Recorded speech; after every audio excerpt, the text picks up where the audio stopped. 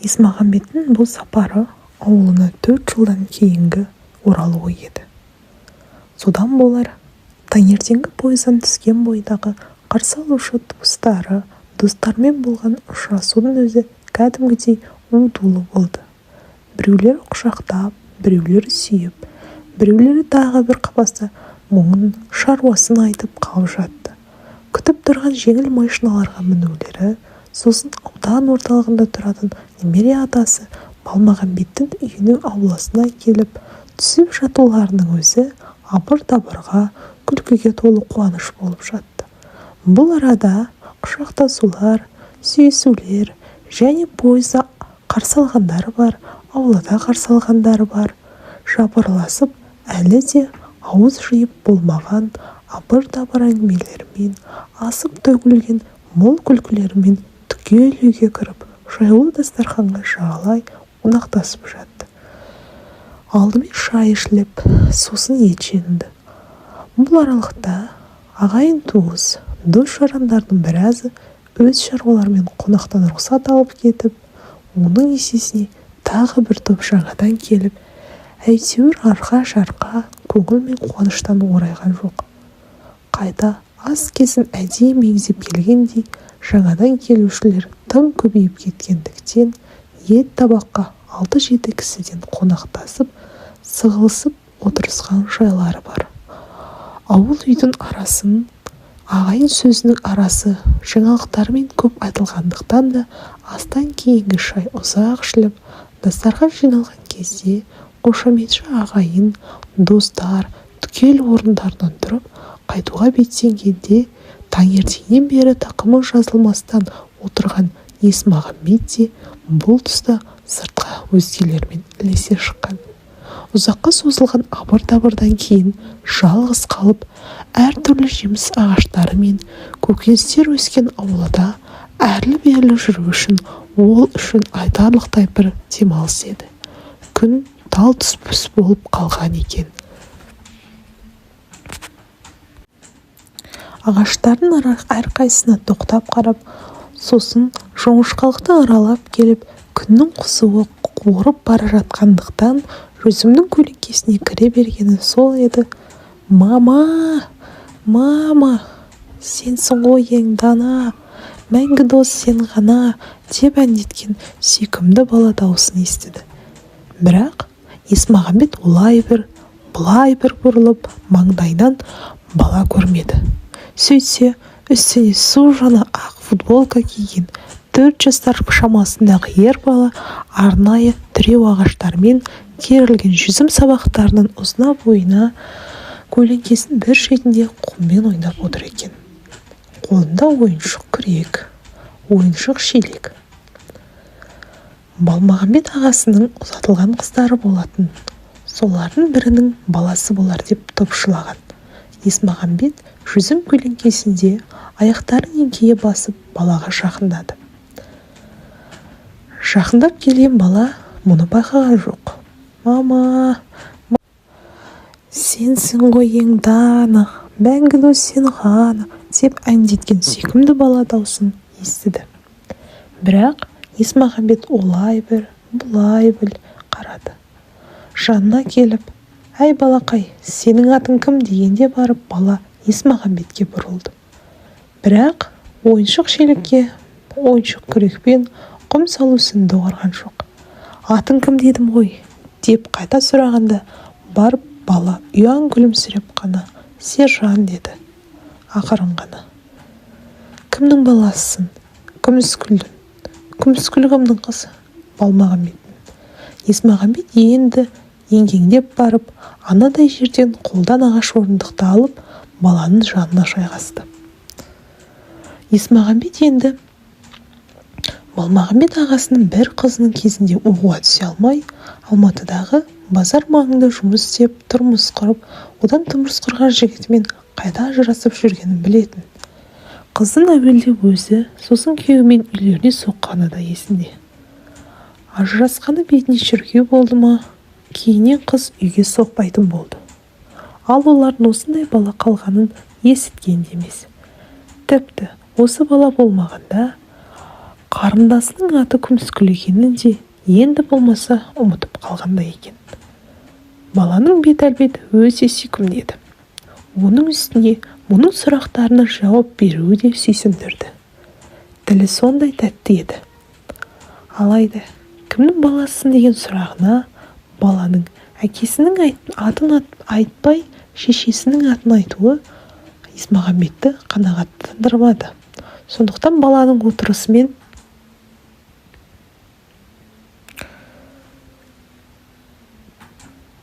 жанын жанап отырысымен-ақ сен неге Күміскүлдің баласымын дейсің? Папаңның атын неге айтпайсың деді. Папамның дей беріп аз кен күмілжіп қалғанда барып Исмағамбеттің өзі бала үшін тым артық сұрақ қойып отырғанын аңдап әңгіменің бетін аудара қойды. Футболкаң қандай аппақ. Мамам әкеліп берген, деді сержант өз-өзіне қайта келгендей көңілденіп. Шортигің де тап-таза ғой деді. Таңертең кидім ғой деді бала Исмағамбеттің сұрағына таңырқағандай. Әлі сол арада бүлдіре қоямын дегендей болды. Иә, оны да мамаң келіп берді ме? Иә деген бала сусылдаған құмды ойыншықпен күрекке ойыншық шелекке салуын жалғастыра беріп. Исмағамбет енді баланың басынан сипады. Сержанның жаңадан өсіп келе жатқан майда шаштары алақанына жұп-жұмсақ тиді. Бала да енді өзін еркін сезініп, еркелегендей болып, бұған денесін тиістіре беріп. Басыма нескеші деді. Исмағамбет сондай ықыласпен еңкейіп, басымнан иіскеді. Иісі бар ма деді. Бала күлімсірей бұрылып. Иісі? Я, бар. Ненің иісі деді бала қуланғанда кейіпте. Сабын, жоқ, әтір сабынның деді. Иә, саған енді ненің иісі десе, шампунның иісі ғой, соны да білмедің бе дегенде сықылықтап күлді. Сонда сен басыңды күнде шампунмен жуасың ба деді. Исмағамбет қайта сипап отырып. Жоқ, мен емес, әжем. Әжең жуып берді ме? Я деген. Күнде ме? Жоқ, сіз келетін болған соң жуды ғой. Мына үстімдегі жаман футболка мен шортикті сіз келетін болған соң кигізді. Исмағамбет шешіле сөйлеген баланың жүзіне қарап, күңкілдеп күлді. Егер мен келмесем, сіз келмей тұрғанда басым биттеп кеткен. Сосын шашымды адам ұстарымен қырып тастады ғой. Исмағамбет тағы күлді. Күліп отырып кәдімгідей таңданып. Бейтінес бит болған соң алып тастады. Осы сәтте Исмағамбеттің көптен кездеспеген тағы бір ағайындары даңғырай сөйлеп аулаға кіріп келе жатты да, бұлардың әңгімесі оқыс үзіліп қалды. Кешкісін ыстық басылған шақта кемпірі Мейіргүлмен екеуі тамның ішінде көлеңкесіне құдықтан су әкеліп сеуіп орындықтар қойды да, Балмағамбет пен Исмағамбет өзара әңгімелесіп, ал Мейіргүл кешкі асқамымен болып кетті. Ересектердің әңгімесі кезінде үш аяқты велосипедмен әрлі-берлі зарлап жүрген сержан кенет өрістен сиыр келіп, Балмағамбет сол сиырдың әуресімен тұрып кеткенде барып, сол сәтті аңдып жүргендей ол Исмағамбеттің жанына келді. Түс кезінде болған әңгімеден кейін баланың бойы үйренгендігі болар, еркін әңгімені де өзі бастады. Сен Алматыдан келдің бе? Иә, Алматыдан келдім. Менің мамам да Алматыда, деді бала еркінсіп, еркелегендей денесін Исмағамбеттің денесіне тигізіп тұрып. Білемін ғой, деді. Менің мамамды танисың ба? Иә, неге танымаймын? Танимын. Мамаң біздің үйде әлденеше рет болды ғой. Сен менің мамамды білетін болдың ғой, дегендей баланың көздері күлімдеп тұрып, кішкентай саусақтарымен Исмағамбеттің білегінен ұстады, шашынан сипады. Ал сен мені білуші ме едің? Мен де атаңмын ғой. Жоқ, білмеймін, деді бала, бірден мұның білегінен өзінше қысып қойып.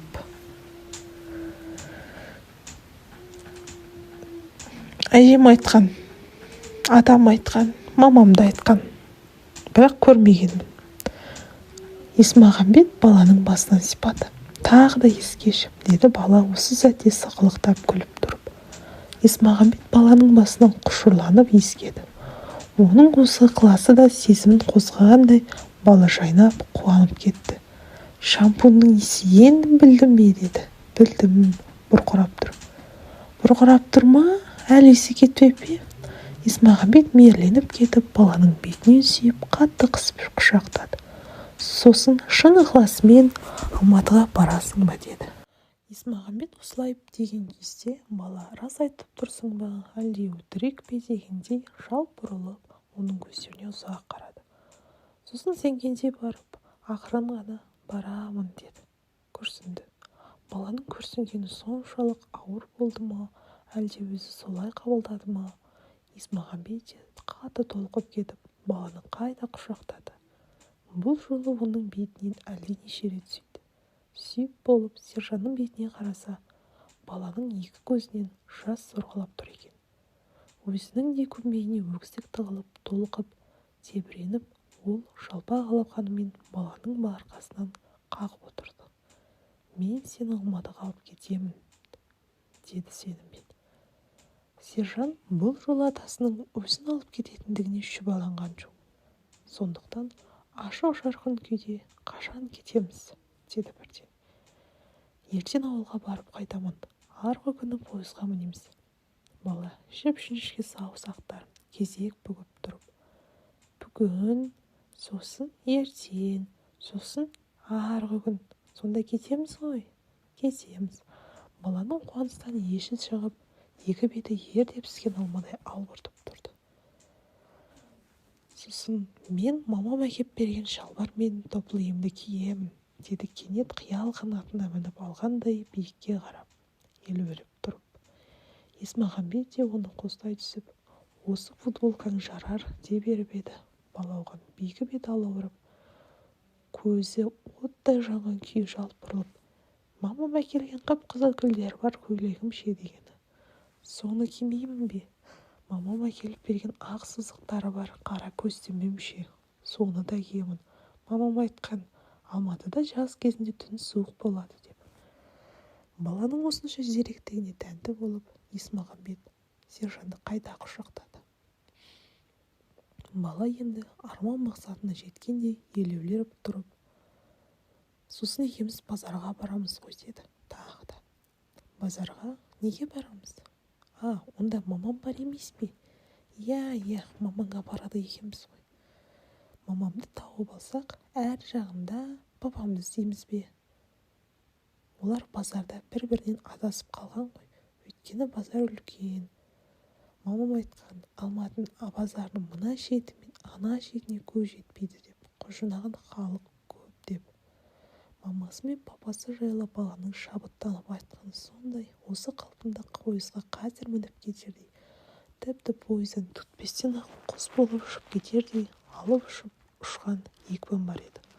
Ол ма? Сәлден соң сержанның көздерінде үлкенді бұршақтай жас тамшылардың пайда болғанын қайтерсің. Енді Есмағамбеттің өзі іштей қатты састы. Сасқан себебі баланың сезіміне осыншалық әсер етіп, ендігі жерде оны Алматыға алып кете алмаса, ұмытылмас күнә боларда еді. Бірақ алып кетсем несі бар? Алып-ақ кетемін, мамасына табыстаймын. Тіпті біздің үйде жүре береді. Онда қандай қиындық бар? Деп өзін жұбатып барып, көңілі тынғандай болды. Ол сержанды көргісі кеудесіне қайта құшақтап тұрып, мамаң келді ме деді сәлден соң. Келді. Қашан? Анау жазда. Жаз енді болды емес пе деп Есмағамбеттің түзеткісі келіп тұрды да тағы үндемеді. Шамасы сержан үшін көктемде жаз, жаз да жаз секілді. Мамам мынадай күн болды деп бала екі саусағын шошайта беріп, енді әңгімені өзі жалғастырды. Мына күні пойызға мінді деп үшінші саусағын шығарды. Мамаң не деді? Мамам, баланың көздері күлімдеп бұған еркелегендей. оңды-солды қисалаңдап тұрды да ештеңе деген жоқ деді қуанып. Сонда саған ештеңе айтқан жоқ па? Мамам ба? Мамам? Жоқ, айтпады. Бала кездері күлімдеген қалпы енді Есмағамбетті құшақтап, қатты сықылықтап күліп жіберді. Мамам ба? Мамам не деген ұмыт қалым деп өзгеше қылықтап мұның мұртына бетін басты. Тікен сияқты, деді бала, сосын сықылықтап күліп, және сөйтіп тұрып, Есмағамбеттің тікірейген қап-қара мұрттарына екі беттің кесек-кесек басумен болды. Сосын бала өз көңілін күлкісін тыйып, Есмағамбеттің көйлегін түймелерін шұқылап отырып, мамам кетерімде бетімнен сүйді деді. Ақырын ғана бұған өзгелерден ұрлап айтқандай болып. Сосын ба? Сосын сол сүйді. Сосын бұрылып кетіп бара жатқанда мен, мама, тағы бір сүйші дедім. Сосын ол қайта бұрылып келіп бетімнен тағы сүйді. Сосын не болушы еді? Бұрылып келіп сүйгеннен кейін ол қатты жылап қалды. Әжем де жылады, мен де жыладым, атам ғана жылаған жоқ. Мамам, сосын ол кет қалды. Өйткені оның мінез пойызының уақыты болып қалған. Мамам кеткен соң жеміс ағаштарын аралап жүріп, атам да жылады. Ол үнемі солай жұрттан жалғыз жасырынып жылайды. Ал мен бәрібір оны біліп қоям. Бала осылай деп көздерінің жасы дөңгеленіп тұрып, атасы мен әжесінің сиырларымен әуреленіп жүрген қора жаққа бір қарап қалды. Кенет қайтадан Есмағамбетке еркелеп, мойнына асылып, шошын дей береді екенсің деді. Мұң мен қуаныш аралас көздері жасаураған күйде жалт-жұлт қарап. Мынадай әңгімеден кейін Есмағамбеттің өзі де толқып қалды. Бір жағынан балаға осындай құпия сырын айтқызғаны үшін ыңғайсызданды. Енді ол әңгімені мүлдем басқа жаққа тезірек бұрып жіберуге асығып, Алтаяқ атаңды білесің бе? Аяз атаңды білесің бе? Кертұмсық атаңды білесің бе? деп жақын туыстар жайын сұрап кетіп еді. Бала бәрін де көріп жүрген, білетін болып шықты. Бірақ Аязбай атамды жақсы көрем деп ерекше таңдау жасады. Неге деп едім? Өйткені ол маған балмұздақ сатып әперген. Мынанша деп бала екі саусағын шошайтты. Өзгелерді сатып әпермейді ме? Жоқ, деп бала басын шайқап кіржиді. Кіржиюі олар балмұздақ сатып әперуді қайдан біле қойсын дегендей менсінбеу еді. Балмағамбет атаң ше, ол сатып әпермек түгілі тамағың ауырады деп ұрсады. Бала бұл атамды да қойшы дегендей аңғартқандай тағы да кіржиді. Ендігі жерде балмұздақ мәселесі Есмағамбеттің өзін де ойландырып тастады. Ол қозғалақтап, шипаланып, шалбарының елтік қалтасын кезек тінтіп жатып, сержан бұл маңайда балмұздақ сататын дүкен бар ма деп қалды. Бала да Есмағамбеттің айтқанын күтіп отырғандай, анда бар, мұнда бар, сосын ана жақта тағы біреу бар деп үш жаққа сілтеді. Бірақ ең жақсысы шағала, ол ана жақта деп бала қолымен әуелгі сілтеген тұсты қайта мегзеді. Сонда оның несі жақсы шағаланың? Бала тағы мүдірген жоқ. Сабаққа зерек шәкірттей сатылып тұр. Оның жақсы балмұздағын әр түрі бар. Сосын ол дүкен адам ұйықтағанша істей береді, деді. Абырой болғанда Есмағамбеттің теңгелері шалбарының қалтасында екен. Тіпті іште ілулі қалған костюмның қалтасында қалған күнде де ол амалсыз барып алып шыққан болар еді. Өйткені оның ендігі жерде сержанға балмұздақ алып бермеске айла алмалы да қалмады. Онда сол шағалаңға барайық деді. Ол орындықтан көтеріле беріп.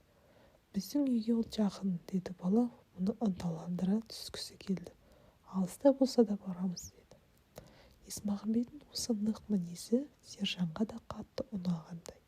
Атасына бір сәт сеніммен риза болып қарап тұрды. Осы кезде ол малқора жақтан шығып келе жатқан Балмағамбетке қайда тұрдыңдар деп қалды таңданыспен. Біз шағалаға бармақпыз деді Есмағамбет. Ойпырмай, өйтіп сені де түсірген екен-ау деді. Осы баланың осындайы бар. Майдалап сөйлеп тұрып әйтеуір дегеніне көндіреді. Ана Аязбай ағаң бір жолы, Балмағамбет, маған 200 теңге бере тұр. Мына балаға қарыз болғанша, бұл дүниеде саған қарыз болып кетейін деп 200 теңге алғаны бар. Балмағамбеттің бұл сөзіне қосылып, Есмағамбет те кең күліп алғанымен сержан үндемеді. Бала үшін қазіргі басты шаруа Есмағамбеттің бұзылып айнып қалмауы. Сөйтіп аман-есен жағалаға жетуі секілді. Есмағамбетті дүкенге қарай бастап келе жатқан сержан өте көңілді еді. Ол аузы әңгімеден босамай сөйлеп келе жатыпты, аяқтарын билеп басып, кейде өз-өзінен секіріп, ішкі қуанышының әсерін де жасыра алмады. Бір жағынан қыстақта тұратындарды түгел танитынын білдірердей пікір туғызып, әрі сонысына мақтанғысы да келгендей. Мынау үйдің иесі ұры деді ол, жартысы ақталып, жартысы ақталмаған. Сол көріністің өзі күлкілеу көрінетін бір үйдің тұсынан өтіп бара жатқанда, ол мал ұрлайды, вагоннан көмірді де ұрлайды. Сотталып кетпегенде пәре беріп қалды. Атын айтып еді, Есмағамбет танымады. Ал мен оны танимын деді ол бала лепіріп. Ол біздің үйдің де сиырын ұрлай жаздаған. Атам біліп қойып, сиырымыз аман қалды. Тағы бір үйдің тұсынан өтіп бара жатып, бұл үйде Айшагүл деген мамамның кластасы тұрады. Ол мені көрсе болды, бетімнен сүйіп, басыма сипайды деді. Ол өте жақсы адам деді, сондай көңіллене дауыстай сөйлеп. Есмағамбет үнсіз басын изеді. Енді бір үйдің тұсына жеткенде, мына үйдің моншасы бар деді бала. Мен бұл үйге мамамды ертіп әкелгенмін. Моншадан шыққан соң ертіп әкеткенмін деді. Атаң мен әжең бұл моншаға келмей ме деп қалды Есмағамбет баланың әңгімесіне араласқысы келіп. Жоқ, олар моншаға түспейді. Моншаға түсуге ақшалар жетпейді. Сондықтан үйде жуынады. Мен де үйде жуынамын. Ал менің мамам ол үйде жуынбайды. Оның ақшасы бар. Есмағамбет одан әрі үндеген жоқ. Өйткені немере ағасының хал-ахуалы баланың осы сөздерінен ақ толық аңғарылып тұрғандай еді. Бұлар дүкенге кіріп келгенде, сатушы келіншек сержанның тағы да балмұздақ сатып аларын білгендей, тоңазытқыштың қасына жүргірді. Неше балмұздақ керек? Бала жауап орнына Есмағамбетке бұрылды. Есмағамбет ойланбастан, қанша алғың келсе, сонша ал балам деген кезде, баланың жүзі жайраңдап, атамның айтқанын естідіңіз ғой дегендей сатушы келіншекке қарады. Сосын тоңазытқыштың есігі мол ашылған сәтте, сатушы бірдеңе деуін күтпестен ақ бала мұздап тұрған балмұздақтың ана түріне, мына түріне де қолы салды дейсің. Баланың мына қылығына күлімсіреген күйі, сатушы оның қос уысы толы әртүрлі балмұздақтардың бағасын әуелі есептеп Есмағамбетке бұрылып 320 теңге деді. Баланың уысындағы балмұздақтарды пакетке сала бастады. Сержанның қайтар жолдағы көңіл күйін тойға бара жатқандай немесе тойдан келе жатқандай десе де болар еді. Қолында етегі жерге сүйретілген балмұздақ салынған көк пакет. Аузындағы сөзді біреу тартып әкетердей асығып аптығып сөйлейді. Мен қазір мұның біреуін ақ жеймін. Онда да тәрелкеге салып, ерітіп, қалғанын тоңазытқышқа саламын деді ол асып-тасып сөйлеп келе жатып. Ертең таңертең тағы біреуін. Күн ысыған кезде тағы біреуін. Сосын арғы күні дей беріп, бала тоқтап, Есмағамбеттің бетіне қарады. Арғы күні пойызға мінеді екенбіз ғой. Иә, ол күні Алматыға кетеміз ғой деді. Есмағамбет күндізгі айтқан уәдесін есіне түсіп, сонда сен балмұздақтың қалғанын қайтпексің? Ата-әжеңе беріп кетесің бе? Жоқ, олар балмұздақ жемейді. Бұл жерде кәрі кісілер балмұздақты қолдарына ұстамайды. Сондықтан мен қалған балмұздақтарды Сағынай деген досыма беріп кетемін. Әрі бір көрші үйден кейін тұрады. Оның балмұздақ сатып әперетін аталары да жоқ. Тіпті мен оған Алматыдан келген атам сатып әперді деп, қазір-ақ біреуін берсем де болады деді. Дәл осы сәтте сержан шын бақытты еді. Асып-тасып сөйлеп келе жатып та, аяқтарын кейде билеп басып, кейде өз-өзіне секіріп, секектеп, үнемі алда келе жатты. Баланың көңіл күйіне орай Есмағамбет те көңілді еді. Бір жағынан сәбиді осынша қуандырғаны іштей риза. Осы көңіл күйінің әсері болар. Бір кезде атақты мақтаншақтардай: «Әй, сержан, осы сен оңашада шыныңды айтшы, қай атаңды жақсы көресің?» деп еді. Бала ойланған жоқ. Тіпті Есмағамбет атасының осы сұрақтың түбінде бір қоятын біліп әзірленген жанша, ең жақсы көретін атам Есмағамбет, сосын Аязбай, сосын барып Балмағамбет атам деді, саңқылдай сөйлеп. Есмағамбеттің қатты күлгені соншалық, осы сәтте жандарынан өтіп бара жатқан екі әйел оларға бұрылып қарады да, күлкісін тия беріп: «Мені бірінші орынға шығарғаның мақұл-ақ, Балмағамбет атаңды ең соңына тіркегенің қалай?» деді сержан. Өзі де кейде балмұздақ алып жейтін, теңге беріш десем бермейді, теңгем жоқ деп. Менің мамам оған уыстап теңге бергенін көрдім ғой, деді. Есмағамбет тағы күлді. Араларындағы әңгіменің көңілі болғаны сондай, күлкілі үйге жеткенше үзілген жоқ. Кешкі шай кезінде сержан Есмағамбеттің жанында болды. Кейде құшақтайды, мойнына асылады, мұның тікірейген мұрттарына бетін басып ішек-сілесі қатып күлді. «Атаңның мазасын алма, баламыз тентек екен деп кетеді ғой» деп мейіркүл тоқтау айтқан болып еді. Үйренісіп алған бала әжесінің айтқанын құлағына да ілмеді. Тіпті Есмағамбеттің иығына асылып тұрып, түнде сенің жаныңа жатамын дегенді де ескертіп қойды. Бірақ сөйтіп тұрып, дастархан жиналып болмастан-ақ тырайып ұйықтап қалды да, ол ұйықтап қалған соң күндізгі уәдесі есіне түсіп, Есмағамбет: «Өзін Алматыға ала кетсем қайтер еді?» деді. Ағасы мен жеңгесі қабаттасып өре түрегелді. «Оны қайтесің бейнет қылып?» деп Балмағамбет. Барған соң Күміскүл сіздің үйден алып кетуі керек. Мамама барамын деп еді өзі, деді қылқылдап. Бітер емес. Сонан соң ол қыз жұмысын істей ме, әлде бұны баға ма деді мейіркүл өзінше күңкілдеп. Бұл әңгіме одан әріге созылған жоқ. Поезда шала ұйқылау болып, оның үстіне күндізгі ұрды-дұрдыдан шаршаған Есмағамбеттің өзі де енді жату қамына ыңғайланған еді. Ертеңгілікте ол кеш оянып шуынып болған соң бір ауық жеміс ағаштар арасында серуендеген. Ауа мөп-мөлдір. Жеңіл, бұл жердің ауасы Алматыныкіндей емес, жеңіл. Есмағамбет күндізгі әдетімен қол-аяқтарын қимылға келтіріп, өзінше шынығып жүріп, кенет тағы да сержанның әдемі үнін естігені. «Мама, мама, сенсің ғой енді ана, мама, мама». Даусы сондай ерке. Тіпті тап бір мамасының алдында шолжаңдап отырған ерке тотай бала секілді. Есмағамбет бұл әнді бұрын да еститін, бірақ бұл баланың сондайлық әсем естілетіндігі аңдауы осы еді. Сондықтан ол баланың әлгі әуенді қайталап айтуын да ықыласпен тыңдап тұрып, өзі қайда отыр деп мойны созып жан-жағына қарап еді, көрінбеді.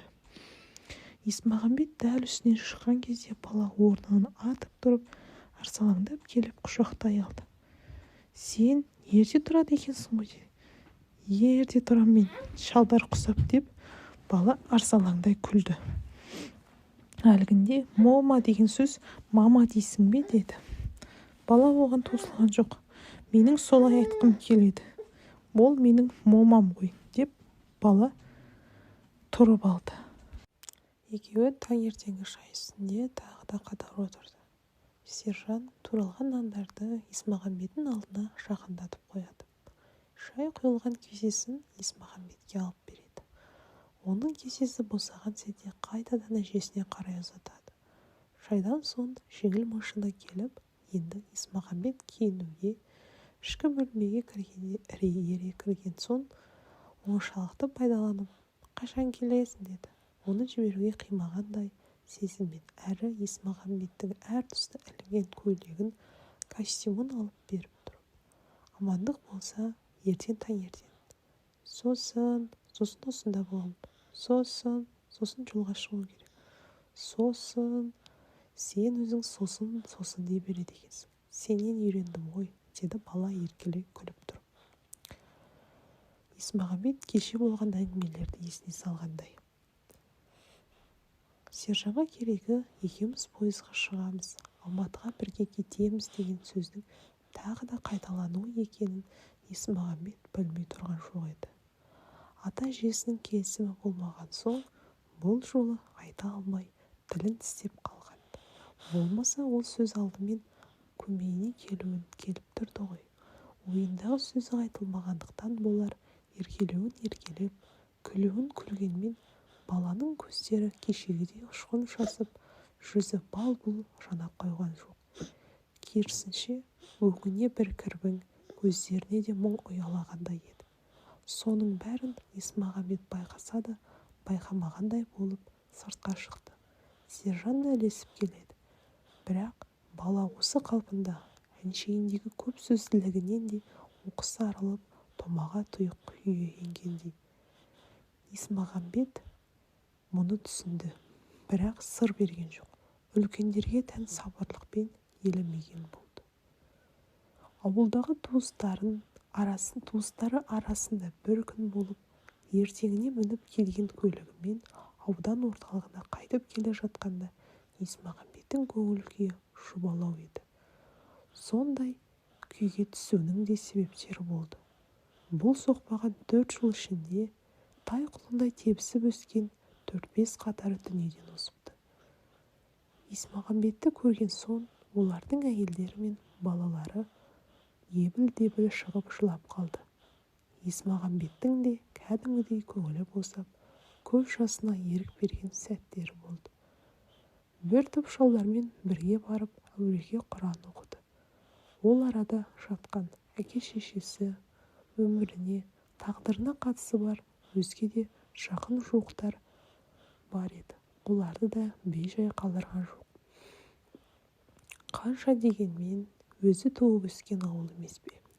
Күндіз естіген әңгімелердің әсерімен ананы-мынаны ойлап, түн жарымына дейін ұйықтамағандықтан болар, ертеңгілікте қарадай шаршап, көңілсіз оянған. Ауыл әсерінен, марқұм болған достарын ойлаудан машинада ішінде де құтыла алмады. Балмағамбеттің үйіне жеткен соң, машинадан көңілсіз түсті. Інісінің қабағын аңдыған Балмағамбет де, бәленше дүкеншілердің үйіне барды, содан көңілің бұзылған ғой, деп өзінше бәйек болып жүр. Араларындағы көңілді жан Сержан еді. Есмағамбет атасының машинадан түсіп жатқанын алдымен көріп, жүгіріп келіп құшақтап, қолын алып жүргенде сол. Алас қапасты дайындап, жолға киетін шалбарын дайындап қойғанын да айтып үлгерді. Бірақ бала сөзіне мән берген Есмағамбет болмады. Оның үстіне үйге кірген бойда Балмағамбеттің «Әй, Сержан жан, атаң жолдан шаршап келген екен. Демалсын, сен көбі мазасын алма» деп айтқан соң, баланың меселі қайтып қалғандай. Сөйтейін бе, далаға ойнап кетейін бе дегендей, Есмағамбеттің бет-аузына апақ-шапақтай қарап босағада біраз тұрды. Амалсыз сыртқа шығып кетті. Ақыры орнынан тұрып, киініп сыртқа шықты. Ұйықтай алмадың ба? Көшенің у-шуы ұйықтата қоймас деп, өзім де ойлап едім деп, Балмағамбет ағасы бәйек болып жүр. Душқа жуынып алсаңшы, кішкене денең жадырасын. Сөйтсем, сөйтейінші деді.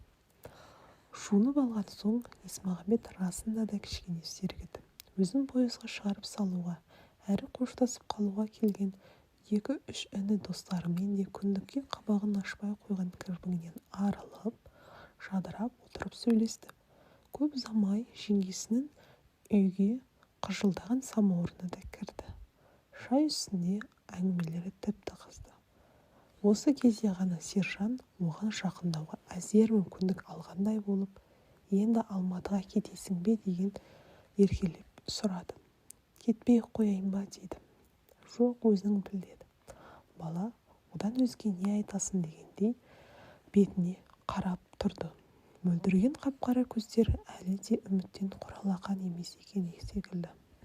Бірақ іні достарымен болып отырған әңгімесін үзіп, баламен болып кетуге де ыңғайсызданған Есмағамбеттің құлықсыздығын аңдаған соң, бала көп аялдамай одан теріс айналып кетті. Осы кезде Балмағамбет жігіттер қол жуынып тамақ болып қалды деген сөзін естіді. Пойызға ертелеп барғанымыз дұрыс деді. Жұрт таппай түрегеліп тамаққа қарай шықты. Тағы да Есмағамбеттің жанына сержан келіп, бұл жолы мені Алматыға алып кетпей-ақ қой деді. Неге деп жуып жатқан қолын тастай сала Есмағамбет сасқалақтап қалды. Кейін барасың ба? Тағы келгенімде деді. Бала жауап берген жоқ. Ол тіпті мұның жүзіне тура қарамай, көздерін әлде қайда алып қашып тұрды. Сержанмен арадағы әңгімесін одан әрі жалғасар ма еді, әлде қайтер еді. Осы кезде іштен бұл сүртінетін сүлгіні желбірете көтеріп Балмағамбеттің де шыға келгені. Бала бұлар ет жеген кезде де, еттен соң да, шала-шарпы шай ішкен тұста да көрінген жоқ. Абыр-дабыр әңгімемен оны Есмағамбет те ұмытып кеткенді. Тіпті шығарып салушылар да қонақтың чемодан сөмкелерін көтеріп жүргенде де бала көзге көрінбеді. Жүзі Есмағамбеттің көзіне сержанның түскені. Ол қолына ойыншық күрегін ұстаған күйі шығарып салушылардан бөлек тұр екен. Жүзі алабұртулы, өткір көздеріне ыза мен мұң ұялағандай. Бірақ жанарын аудармайды. Есмағамбетпен тесірейе қалған. Сол қалпында. Ақыры мені ертпедің бе, берген уәдеңде тұра алмадың ба деп тұрғандай. Есмағамбет кабина ішінде осы балаға қайта түсіп бірдеңе деуім керек пе еді десем, бірақ не деуім керек еді деп ойланып отырғанда, жанына келіп жайғаса берген көлік иесі машинаны оталдырып жібергені. Машина жылжи берген сәтте қол көтеріскен топтан бөлінген бала тап терезенің тұсында ілесе жүгіріп келе жатты. Ыза мен мұң ұялаған көздер енді ашуын қоса шашып, ұшқындап тұрғандай өткір десті. Кеттің бе? Ақыры мені алдадың ба деп келе жатқандай. Соларға қарай бірдеңе айтуға оқталып жүгіріп келе жатқан баладан жүзін бұрып құтылды әйтеуір. Тіпті баланың машинамен қанша жарысқанын да аңдай алмады. Өйткені вокзалға жеткенше ол көлік ішіндегі достарының әңгімесінің қызығымен болып отырды. Вагонына мініп, купесіне жайғасқан сонда тойдан қайтып келе жатқан көңілді жолаушыларға тап болып, бала түгілі бір ауық барып қайтқан ауылын да ұмытып кеткенді. Ұйқыға кетерде де артық ауыз ештеңе ойлап қойған жоқ еді. Таңға таяу бір оянғанына барып, кенет есіне сержан түсе қойғаны. Есіне түсуі әуелде жай ғана сияқты еді. Содан баланың ызамен мұң ұялаған көздері елестеді ме, ашудан булығып, машинамен қабаттаса жүргені ойға оралды ма, не керек? Бала үшін өз-өзіне енді қысылса болар ма? Қысылғандағы ой төсегінде әрлі-бері аударып ұйықтай алмай қалуы. Ойпырмай, атаң мені жең көмеді. Болмаса осы жолы Алматыға алып кетер едім. Дегенді айтып, неге ақталмадым деп өкінді. Содан кейін де ұйықтап кетердей болып ақ, жастыққа жабысып қанша жатса да, Құдайым-ау, ойдан ой балалап, тағы не болса, соны қиялдап кетсе болар ма? Енді елге 3 жылдан кейін келемін, әлде 4 жылдан кейін келемін бе? Әйтеуір келемін ғой. Сонда 7-ге, яки 8-ге толған бала маған қандай өкпе өшпенділікпен қарайды деші. Кешірімді болып, осы жайдың бәрін ұмытып кетсе жақсы. Дықшыл болса, ол бала азамат болғанша, одан әрі ақсақалды ақшашты шал болғанша ұмытпастай ақ жасадым ол. Ойларының ауырлығынан шығар бір сәтті Есмағамбетке өзі жатқан купе үші де үрейлі сезінді. Пойыздың доңғалақтары да бұны оңбеңдеп қуып келе жатқанды әзірейді. Тіпті Сержан осы пойызбен де қабаттаса жүгіріп келе жатқандай көрініп, орнынан тұрып, купенің терезесінен қараңғы далаға бір ауық қарап отырғанына не дерсіз? Тойдан қайтып келе жатқан көршілердің қалың ұйқыда жатқаны да абырой болды. Болмаса таңданар еді, күлер бәлкім. Содан төсегіне қайта жатты. Қайта жатып та ұйықтай алсашы. Ойпырмай, қаршадай баланың көңіліне келер іс жасадым екен деп, осынша әбігерге түскенім қалай. Өзін кінәлап та, жұбатып та көрді. Бәрібір ұйқы жоқ. Ал не істейсің? Ұйқы орнына Сержанның жүзі бірде еркеліп жақсы көріп, енді бірде сұп-суық ары тоң теріс күйде елестеп есін шығарды. Таң атарда барып көзі ілінген екен. Тағы да сол Сержанның әнінен оянып кетті. Мома, мома, сенсің ғой ең дана, мәңгі дос сен ғана, мома, мома. Құдайым-ау, дүниеде сәбидің даусынан әдемі, сәбидің даусынан өткен мұңды әуен бар ма өзі? Деді де, ұйқылы ояу күйде бала алдында кінәлі болып, мүлдем жеңілгенін білдірмегендей, басын оңға, солға бір бұрып, сонда да жай таппағандай мазасы кетіп жатып. Пойыздың дүрсілдеген доңғалақтары да өзін ентелі қуып келе жатқан баланы еске сала берген соң, тағы да түрегеліп отырып, терезе жақтағы сыртқа қарамақшы еді. Бұл жолы көршілерінен қысылды.